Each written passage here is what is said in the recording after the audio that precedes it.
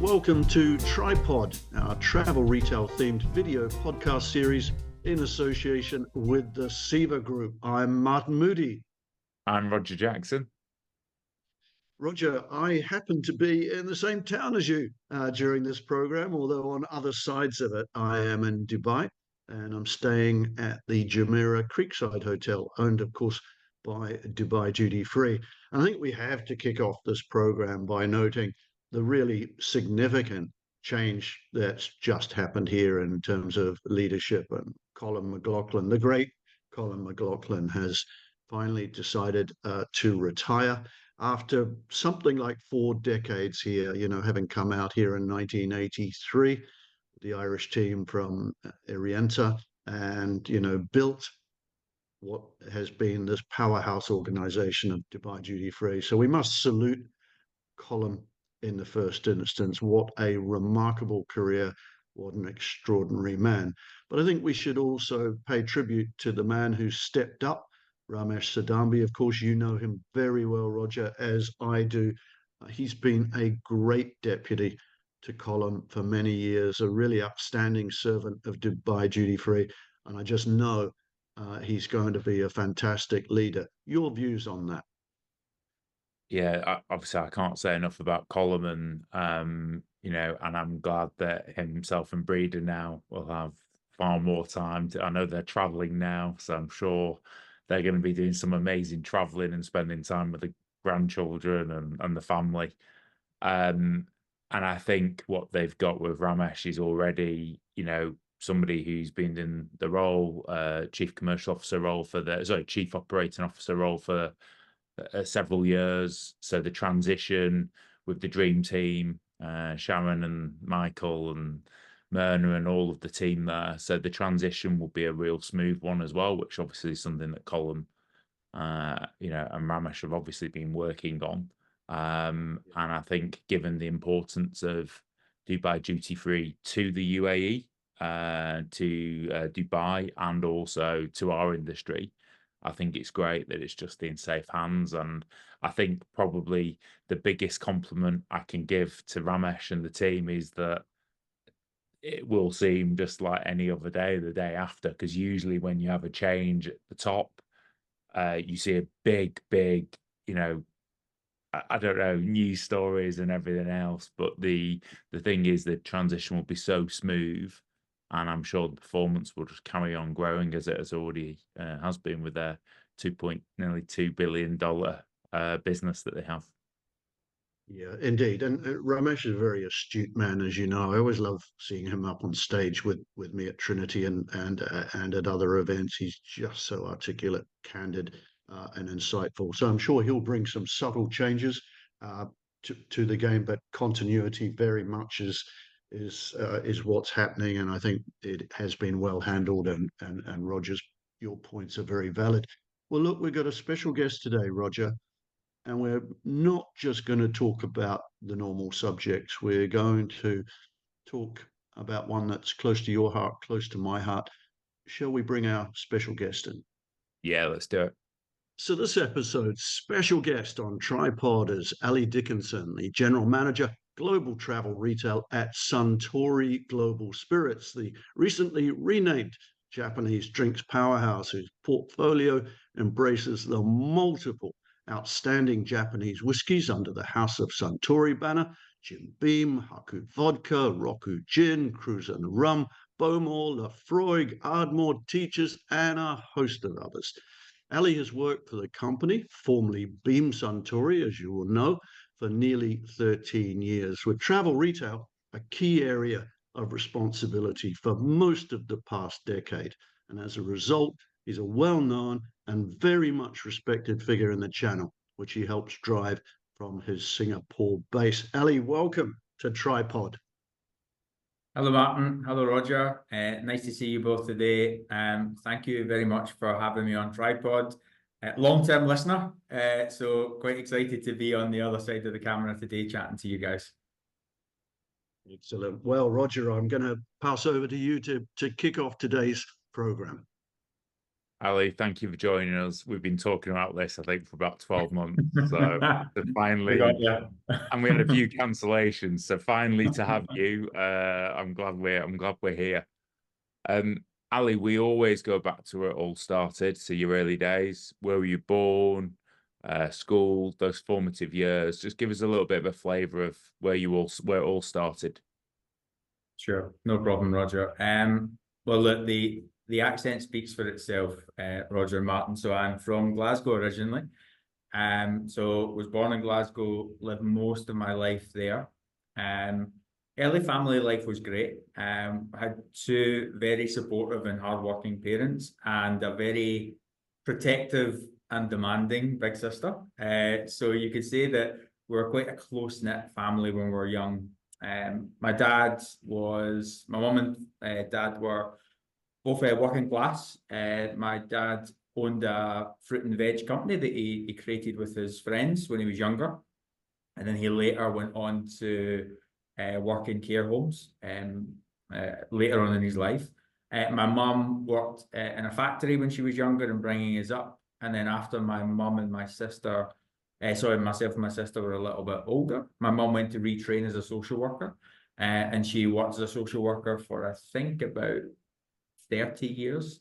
And she actually just retired last year. So quite a salt of the earth, I think. Quite a nice, close-knit family. Weekends were spent playing football on the streets, trying to stay out of trouble. School was great. Had a really close-knit group of friends. Had quite a fun time at school, actually. Really enjoyed learning, really enjoyed getting stuck into education. Eventually went to university with a very clear path in my mind. So I went to study law and psychology. And after 1 year, I realized this is not for me. Really struggled. That flip from school to university was actually far more demanding than I'd anticipated. So from there, I decided I'm going to get stuck in, go and work for a living and see where it takes me. And it eventually took me to Suntory. I was going to say, tell us about that leap from obviously finishing education, going straight into the drinks industry. And obviously, I know you've been at Beam Suntory 13 years now, and obviously most recently travel retail. So just give us a bit about that leap from education into our industry, and then the leap to obviously our industry now as in travel retail. Yeah, so the first, when I left university, I started in a couple of bar roles as I was kind of trying to figure out what that next step was. You know, you've got a path in mind, Roger, and then after a year's time, you go, okay, where am I going to sit now? Everything had been quite clear up until that moment. So I started working in bars and I really got the buzz for it, really enjoyed the industry. But actually my first role was at Hewlett-Packard. So I worked as a commercial role at Hewlett-Packard for a couple of years, really enjoyed it. And then got a tap on the shoulder from a headhunter to go and work for Tenants. So it was AB InBev back in the day. I think they'd not long been Bass, and then went to work for them for a couple of years. So that was my first sales job, actually, working in the East End of Glasgow selling beer, which was quite an induction into the alcohol industry, if I have to be honest. And then from there, I worked for a company called McClay's, Roger, which was a multiple on-trade retailer across Scotland. And then I was actually having a conversation one day in the bar with a guy you may well be familiar with, a guy called Frank Murphy, who's a very good friend of mine. He also runs the Pot Still bar in Glasgow. The Murphy family run that bar. And he just randomly said, hey, look, there's a job going in Auchentoshan Distillery. Why don't you apply for it? Go and do something a little bit different. So I went and worked in the distillery for a couple of years. That's when I joined Suntory. And then when Suntory purchased Beam, that's when we set up our new travel retail division. At that time, I was looking after the on-trade in London.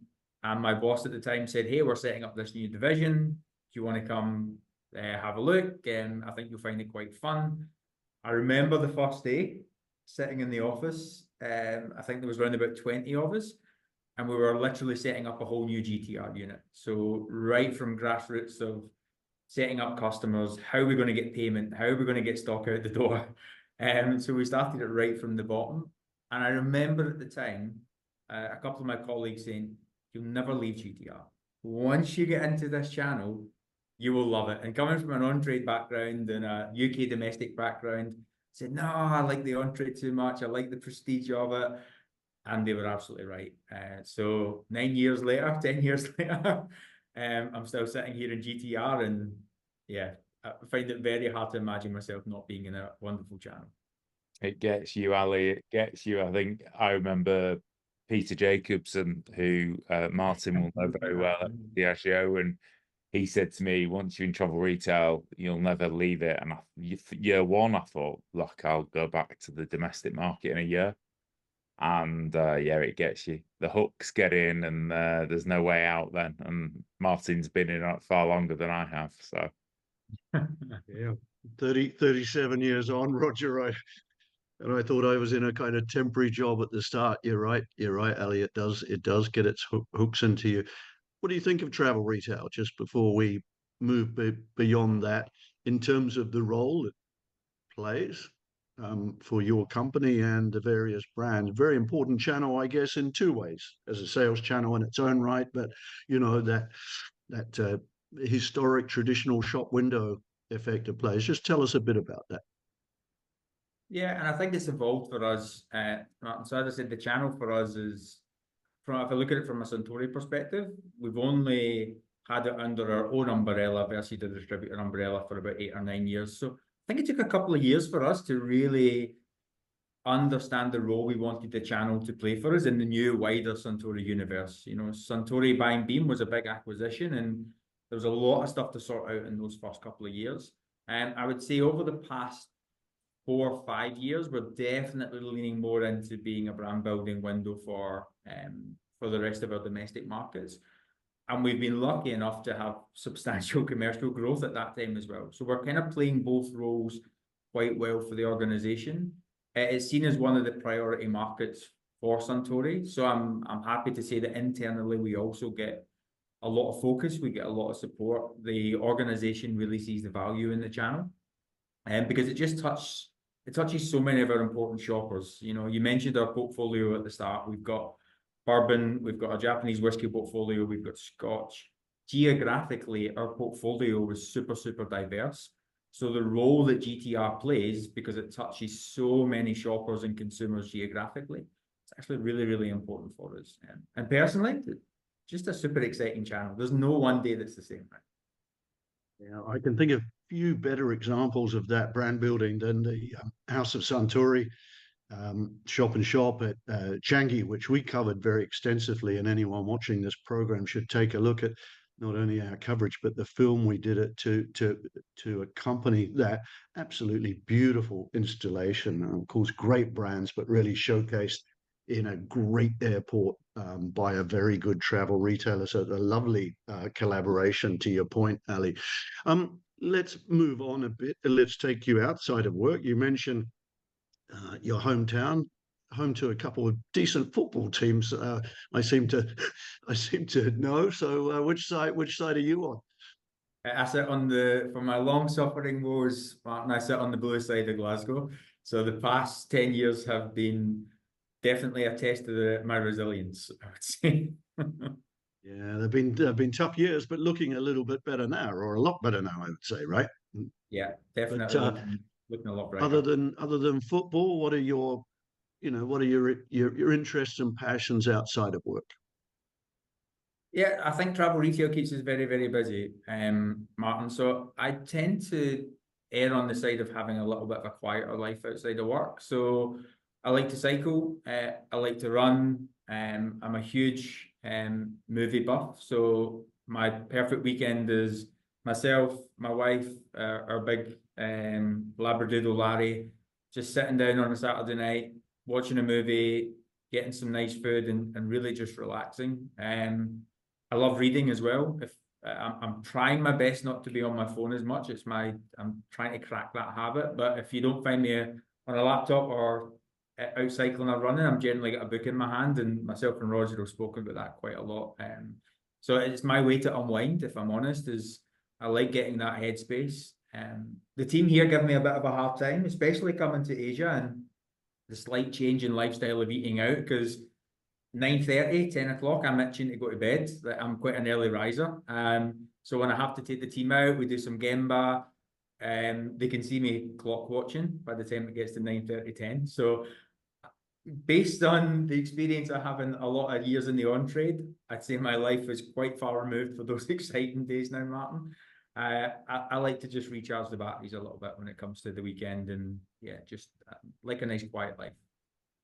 All right. Well, later in the program, we're going to take you to a resident duty-free island. And Roger, I think we'll throw in what movie Ali would want to choose if we create a little cinema on the island. So be pondering that one, Ali, and we'll come back to you. We'll come back to you on music and reading, all things close to my heart and Roger's as well.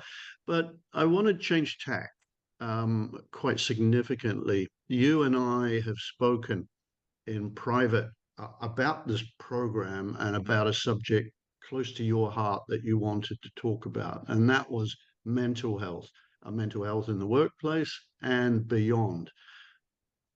Over to you. Why is this subject something you feel so strongly about? Yeah. So again, what about saying, Martin Rogers? Thank you for giving this topic a lot of space.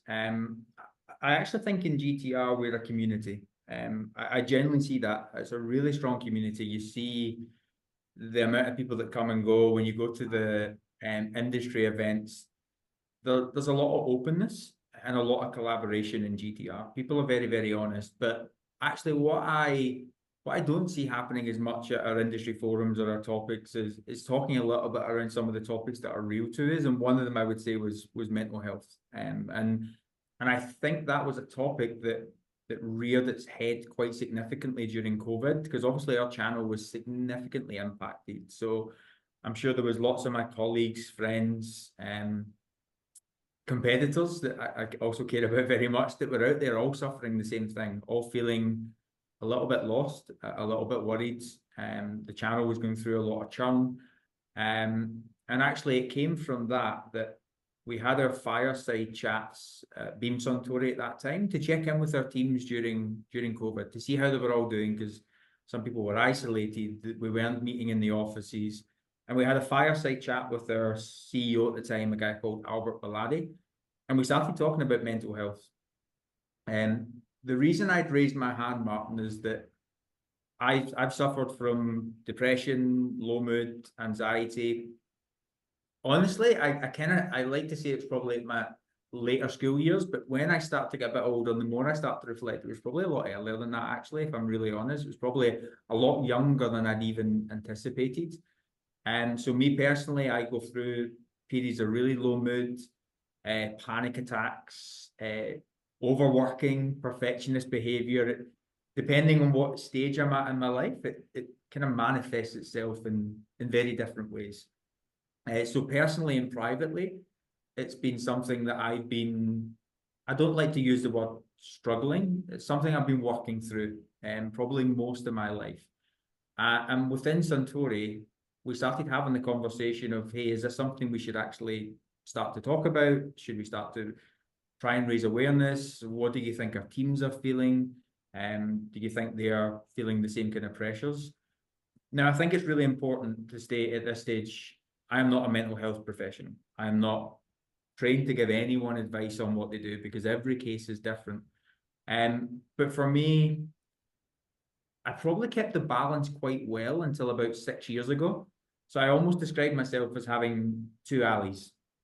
There was the alley that people see within work that was quite polished, quite calm, quite considered, quite professional. I would say that if you ask most of my colleagues, they would say, yeah, Ali's quite in control, right? He tends to be quite stable, quite a stable individual, which was absolutely true. That was the version of Ali that I was projecting, and that was the version they were seeing. But actually what was happening outside of work is I was really struggling. The pressures of work, the pressures that happen in your personal life, they were creeping up. And for me, it was almost like a balance. It was a seesaw that would swing either way it could be 2 months, 2 weeks, 6 months. And then about 6 years ago, I realized that the tipping point was actually becoming a bit too much. The the other Ali, the one that was not being able to, the real me, if I'm really honest, the one that was not putting the mask on, was actually really, really struggling. So at that point, I made a decision to open up about it in front of my line manager at the time, a guy called Simon Nat. And I said to him, look, I'm really, really struggling here. Like, I'm struggling with my energy, my mood, I'm second guessing my decisions. And his first reaction was actually one of real surprise. He said, wow, I never realized that, okay, come and talk me through it. But I think what was amazing for me and what spurred me to have that conversation with Albert that I referenced during COVID was the reaction I got was completely different from what I'd anticipated in my head. I expected a recoil. I expected it to maybe hurt my career decision, my career ambitions. Would he think that someone going through some of these challenges couldn't manage a team or couldn't hold a tough negotiation with a customer or run a business unit? Actually, the response was completely the opposite. Simon leaned in. He asked what support I needed. He worked with me on what would make my specific workplace environment help me succeed in it. It's different for everyone. And actually that kind of gave me the confidence to start opening up a little bit more. So I started to share with some of my colleagues. I created a little circle around me. So I had a couple of people that could give me feedback, that would kind of watch out for me. When I did open up, I also found that quite often some people would share back as well, some of the things they were going through. And I think the more I did that, the more I started to become confident in it. I wasn't ashamed, I would say, of that side of me. And that really spurred me to, I guess, open the door to conversations for other people, Martin. Again, I would never be in a space where I would want to give advice. I think that's quite a dangerous space to be in. But what I did want to do was raise awareness so that people knew there was an open door there if they wanted to talk about those things. Yeah, I think one piece of advice, though, that's coming through in what you say, Ali, is to seek help. Historically, as you are well aware, there has been a stigma about mental health issues, and it's good to see that that's certainly broken down within your organization, and I suspect within many forward-thinking organizations. But by definition, I suppose, most people who are going through what you went through and continue to go through it sometimes internalize it, and that makes it very difficult. And none of this is strange to me. I find what you're describing echoing in my life over many decades. I'm in the public limelight the whole time. I'm probably perceived as always upbeat, passionate about my job. I am all those things at times, but like two Alis, there's two Martins, and depression has been a constant companion with me my whole life. And I tend to swing from depression, and sometimes very severe, to almost the other end of the scale. So upbeat that I'm half crazed in my energy still at my advanced age. And I often pine for the sanctuary of the middle ground, which just seems to be a destination I can't reach. So yeah, everything you're saying rings true. Roger, what are your thoughts on this? You've worked for big corporates, of course. You've probably seen this whole issue aired or not aired, as the case may be. What are your feelings? I think things have changed a lot for the better. I still think there's a bit of tokenism in companies, as in, yes, we've got policy, yes, we'll be helpful, but when somebody comes, with a challenge, I think it's very much down to who the line manager is. Ali's had a great experience, which is great to hear. And I think, the three of us are talking on this, and yes, we have all spoken with each other about this, but it's not by chance. I wouldn't say I've suffered from depression. When I was younger, in my later 20s, I really had some dark periods, a few weeks at a time. Couldn't really explain it at the time. When I look back, I can definitely look back now. And then coming out of COVID, Martin, as you know, unfortunately, I had COVID the first time around and was really ill, very, very ill for about 10 days. And me and Ali have spoke about this. And when anyone used to mention anxiety to me, unfortunately, I was one of those people thinking, what are they talking about? What do you mean? And I was crippled with anxiety for probably 12 months after. I just couldn't believe that something I couldn't see had made me so ill. I had long COVID, and the anxiety just made things 10 times worse. I remember one evening, just close to here, actually in Dubai, I was trying to go to bed, and I literally just could not breathe. And there was nothing wrong with me. My wife Natalie was saying, look, there's nothing wrong with you. I even had an oximeter, which everyone had at the time. There was nothing wrong with my blood oxygen. I literally had to go and walk for about 2 hours outside just to calm myself down. And I would have, if you'd spoken to me 3 years earlier, I'd have had zero empathy for somebody if they'd said to me that they had anxiety, because I couldn't understand it.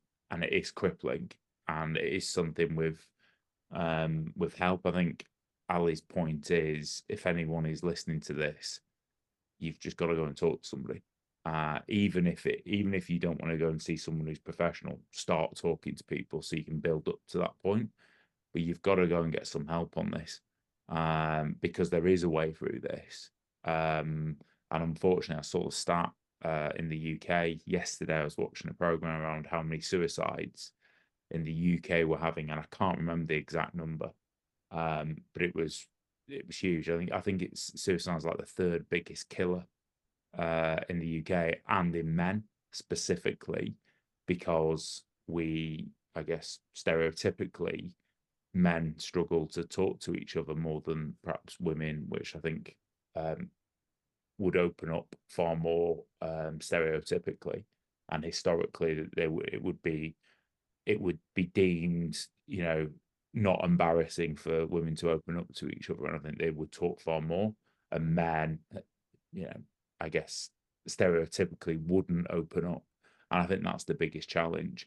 And I think, I'm unfortunately no direct friends, but people in my wider friendship group have committed suicide, and it is always the same situation. You're like, what do you mean? I thought they were so happy. They were always the most funniest person in the party. They were the most motivated, and that is the challenge. It is so hidden. You just can't see it. So, and I think with travel retail, given the nature of what we all do and the nature of our industry, we are all traveling.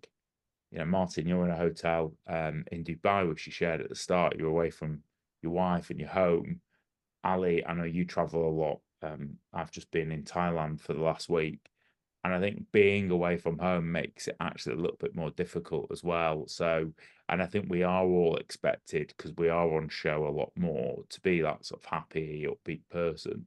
So I do think it's one thing our industry does need to focus on a little bit more, which is why when Ali mentioned that we could do a podcast and he'd be willing to do this, which I think is incredible, Ali, by the way. But I also find the more that you put yourself out on this stuff, the better you are, actually, and people will then come and talk to you about it and, share. So I think our industry, Martin, probably needs to, given how fun, fast-paced and travel we are, I think we also forget, wow, we probably, most of us are traveling over 100 days a year, and Martin, I'd imagine yours is even more than that.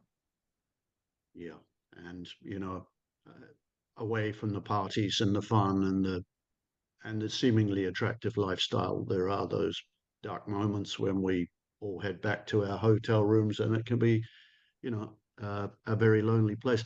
I lost my sister to suicide. I don't talk about it that much, but it was she was the mother of young teenage kids at the time. Hung herself, desperate and brave, in my view. Move that might sound strange, but I thought it took a strange kind of courage, and that stayed with me my whole life, because I was very close to her, and it just became too much. So which brings me, back to you, Ali, and to the central point that Roger made so well, that you really must reach out. And on that, Ali, do you think COVID, in a strange way, has helped our world in that so many people went through dark times, right? So many people lost their job, which is, of course, a great source of anxiety, the ultimate one, perhaps, um, alongside things like illness. Um, what do you think? Has that shaped things for the better? I think it's opened the conversation, Martin. I think we've still got quite a long way to go, but I think it definitely put a microscope into somewhere that I think if we kept on, as Roger had said, running with that lifestyle and the glamour behind it, and it actually gave us time to pause and reflect and maybe look a little bit inward. And so I do think it definitely gave us the opportunity to put a microscope on things. Have we fully grasped that opportunity and moved forward with it? Some cases, maybe. I think there's an opportunity to maybe lean in a little bit more, because I think my danger is we're already saying, and rightly so, COVID's becoming long forgotten about, and we all want to move on, and I think everyone does. But I would be loath to lose that window of opportunity to keep this dialogue open if we ended up, it became too long a history and we forgot that actually some people did suffer and some people were open and some people were talking about the struggles they went through. So I probably sit on both camps without sitting on the fence for your question is, yes, I think it's opened more conversations. Probably this one here would be a great example of that. But I do think there's an opportunity for that conversation to be continued. And no matter what that looks like, that doesn't always mean continuing it publicly or doing, not everyone will be comfortable coming on and doing podcasts or doing it at industry forums. But I find something that helped that I worked on with a group of individuals in Suntory was actually just checking in on people's energy. I said, well, we're very conscious not to give anyone any advice per se, but having a little check-in even with your colleagues and saying, hey, your energy levels just looked a little bit off today, or like normally you're X, Y, and Z, and I've just seen a little bit. So actually having those check-ins and also having check-ins with yourself. There was a great tool we were looking at where you actually had a quick check-in in the morning of, okay, on a scale of 1 to 10, how's my physical energy? Have I slept well? Am I feeling physically recharged? How's my emotional energy? Am I feeling upbeat today? Am I feeling a little bit low mood? And how's my spiritual energy? Am I really clear on my belief? And so you actually have those different ways of assessing yourself and taking that 5-minute pause. What you might say is, hey, actually, my physical energy is super low today, which means I need to dedicate a little bit of time just to maybe resting. I might have a nap. Which is okay, right? You have to recharge. Or if it's your spiritual or emotional energy, maybe feel that that's a little bit low, then you have the opportunity to say, hey, actually, I'm maybe missing some time with the kids, or I'm missing some time with my family. And this is maybe a good day to pick up the phone to mum or a friend or a trusted colleague. So I think almost touching base as to what it is that might be draining the energy. I think that's just a small, powerful change that I think you can make. Ali, thank you. Me and Martin obviously work in businesses that we both have partners, but we work in businesses that we own. But I appreciate when you work for a large company like yours, it makes it even more difficult. So I really appreciate you, sharing your, being so open on this as well. Yeah. No worries. It's a pleasure to come on and talk about it.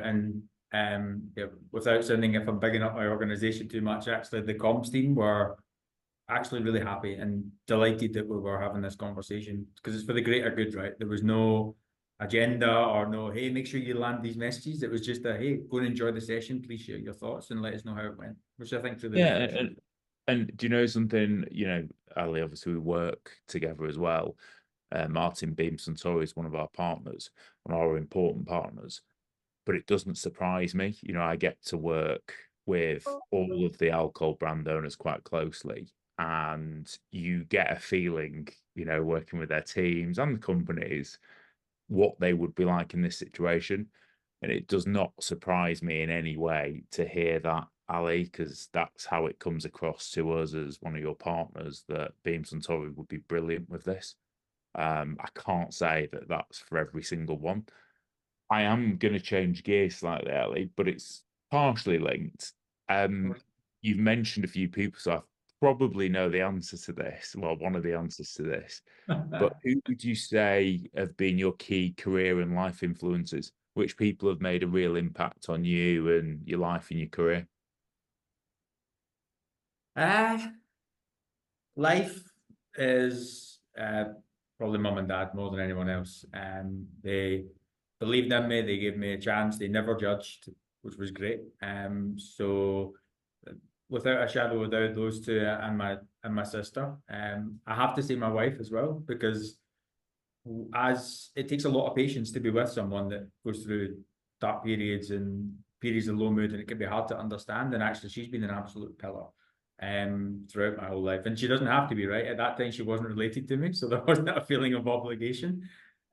She was just a fantastic support. But again, shifting gears a little bit, there's probably been three key influences I've had in my career. One I've mentioned, a guy called Simon Knapp, who now works for Advantage Survey, previously Suntory, previously Mars. Another one would be Paul Honeysett. So he was the one that kind of first took the chance on me, I would say. He's seen a little bit of the potential I had in terms of commercial and the way that I worked with people. And he was the first one just to say, hey, look, let's go and give this a go together and see what we can achieve. So just having that unbridled belief in you, I think that gives you an energy that I don't think you can get through training. Actually, just having a line manager that really just believes in you just gives you a whole set of skills that you never even realized you had.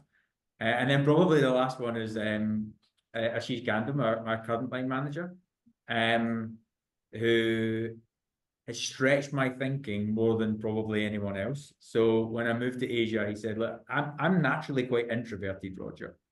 And I'm naturally not a huge risk taker. So when he came out, he said, look, I'm going to influence you. I'm going to get you stretching and thinking big in ways that you haven't. And that made me feel really, really uncomfortable, to be honest. But actually, you need someone like that in your career that says, hey, I'm going to get you thinking in ways that you haven't. I'm going to put you in spaces that make you feel uncomfortable, because you're going to learn way more than playing it safe.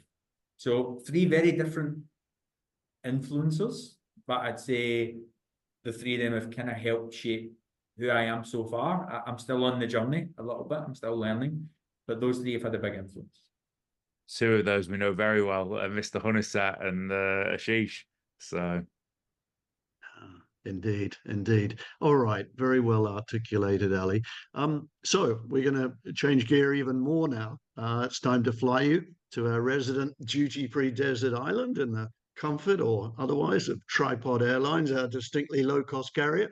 And while you're enjoying the serenity of the island, we're going to give you some creature comforts. Now, I was just going to ask you about your choice of reading, but given that you're interested in film, I'm going to throw that in as well. So there's a double whammy. What book or other title would you take? And if you could watch a single film, what would it be?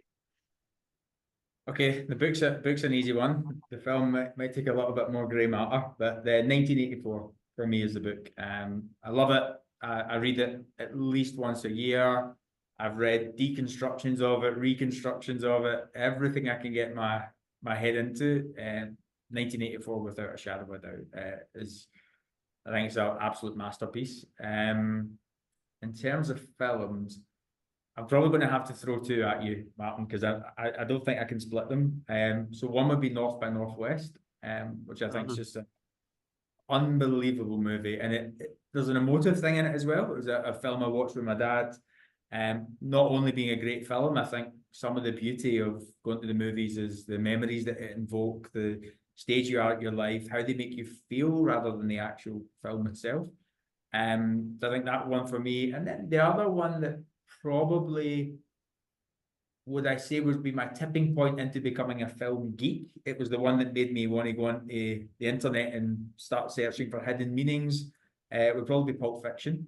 So that was the first film that actually got me into, hey, what did this actually mean? What was this this picture on the wall was symbolic, and there's so much pop culture in that as well for someone that likes movies and likes reading. That was the first movie that I think I'd watched that I really wanted to unpeel like an onion and really get under the layers of it. So those two for pretty different reasons, I would say. That's quite uncanny, Ali, that you should mention North by Northwest. That's the second reference to a very old movie that's come up through our media over the last few days. Okay. A few weeks ago, I interviewed the founder of Fresh, the LVMH controlled cosmetics brand, co-founder, I should say, because they're husband and wife, but the husband, Lev Glasman. I said, so who's inspired you most in life outside of work? And, I was expecting probably a stock answer. I didn't get one. He said, Cary Grant. And Cary Grant, of course, was the most debonair of British actors, big Hollywood star, and the star of North by Northwest, which I watched. My father ran a cinema in Christchurch, New Zealand. That was his working career, and we used to watch all the movies from the projectionist's little room there. And I remember North by Northwest vividly as a kid. So great choice, both of them. Roger, back to you to carry on with our creature comforts for Ali. Yeah, Ali, probably the most difficult question you've had in this podcast is, what would be your duty-free item of choice? Any category, any brand, but I'm probably expecting Ashish Gandham will be listening to this, so I'll leave it to you. I'm not going to give you the stock answer, Roger. We talked about being brave and talked about mental health and mental fitness. I'm now not going to shrug that braveness by giving you a Suntory answer. That would be against the feel of the podcast, I think. So actually, as someone that doesn't drink, I'm not going to choose a liquor brand. Outside that, I'm actually going to go for a slightly extravagant choice. So I apologize for this in advance, but I love wristwatches, Rog. So I think for me, a nice Cartier or a nice Grand Seiko wristwatch, going to a desert island and having that little timepiece there reminding me of back home, that would be my choice. An extravagant choice. But, most extravagant one we've had so far, but I like it. I went back and forth on that. It might seem a bit ostentatious, but I couldn't help it. And obviously on the island, so you've got the movies, you've got the book, you've got Cartier watch. What music would you like to listen to? Album or song? I'm not sure I like the picture I'm painting for myself here, Roger. So I would probably take Pink Floyd and The Wall as an album. I think it's a wonderful album, takes you in so many different places, such a good mix of music and good bit of storytelling as well. So that would be my choice. All right, a good choice. Album very well known to me from my younger days, which are a long time ago. We're going to arrange a very special desert island dinner for you. Now, Ali, we're going to fly in your preferred three guests, can be from history or contemporary. Who would they be and why? So I'd invite George Orwell, because I think there's no better way to unpick 1984 in a book that changed my life than sitting and trying to understand direct from the great man why he wrote it, what it meant to him, and I would pick his brains until I knew everything about that book. Second one would be David Bowie. Again, I would love to spend just some time understanding his creative mind, how he reinvented himself, how he did it, given the amount of pressure on him as well as someone that didn't conform and didn't fit the norms in a time where that wasn't necessarily the done thing. So I'd love to kind of understand both his artistry, but also how he kind of navigated the social landscape at that time as well. And the last one would be Eckhart Tolle, who wrote the book The Power of Now. So Eckhart Tolle is I would say he's kind of like a spiritual advisor. He was actually a gentleman that was suffering from really, really bad anxiety and bad depression and almost had a breakdown, and took a couple of years out of life to almost like travel and be in the moment. And he wrote this incredible book. I'd say he's probably one of the pioneers of mindfulness. He wrote this incredible book called The Power of Now, which is all about understanding the being and being in the moment. And he's definitely one. We talked about tools, and I'm going back to the first topic just a little bit, but he's a great reset for me. If I'm having a stressful day on the MRT or going home, I'll listen to him for half an hour, and he's just got a way of looking at life that helps ground you and reset you a little bit. So again, those three would be pretty interesting dinner conversation, I think. They would be indeed. And, you know, Ali, to quote one of Bowie's songs, Starman, you have been a starman for us today, and we want to reward you by putting you on Tripod Airlines and flying you anywhere in the world that's top of your bucket list. Where would that be and why? Yeah, I would probably say I'd love to go to Machu Picchu, Martin. I did first think about saying I'll go back home and see my mum, but I'm there in 4 weeks, so I'm going to take the bigger ticket item. I'd love to go there. I'd love to go and spend a couple of days trekking there, take a good book, decompress, sit and relax and recharge myself for the H2 that's coming up. So that would be definitely what I would take you on your kind offer. So fly me there, and I'd be a very happy man. All right. Well, Captain Roger Jackson, with me as is number two, we'll be flying you there as soon as possible, Ali, in some style. It's been great to have you on the program, Ali. I'm going to let Roger close off, but thank you, A, for being with us, but B, for your honesty and also your initiative in suggesting to us some time back that we should discuss mental health on a program such as this. It is a program heard by a lot of people. We're a media read and now heard by a lot of people. And I think it's important we use this platform in ways such as this. So thanks for that. Roger, I'll let you have the final word. Yeah, Ali, I think really similar to what Martin said. Just thank you for coming up with this idea. It was your idea, and you asked us if we were going to try and do it last year. Would we do this? So thank you for doing it. And I think as the hour that we've been together has gone on and on, just tells me we've got more and more to do. Especially when you start thinking about our industry, nights out, long times away from home, you can imagine. And if the three of us have all been touched by this as well in different ways, you can imagine how many people in our industry are either have been or are currently experiencing it. So I think we can definitely do more. But just a big thank you, Ali. Thank you for your time today, but also thank you, as I said during the podcast, for you coming out, sharing this with everybody so that we can get everyone starting the conversation. No, absolutely my pleasure, and thanks for giving an important topic the airtime. It's important, and then, as you say, Roger, that's all we need to do. Start the conversation. We can't fix everything overnight. Starting the conversation, that's the most powerful thing we can do. Definitely. Thanks, Ali. Well, ladies and gentlemen, that's precisely what we've done today. So from this double act in Dubai to you in Singapore, Ali, thanks so much for being in the program. Take good care of yourself and look forward to seeing you soon.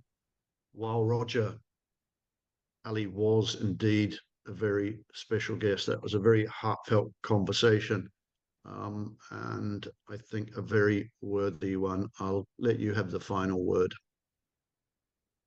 Yeah, I think, we use the word brave probably too much in this world now. But I think what you can say around what Ali shared is brave. I'm so glad he did it.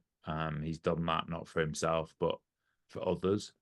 I think, as we all spoke, Martin, you and I, actually, it's a topic you and I haven't really spoken about much, and I've learned more around your journey with it and your family's journey with it.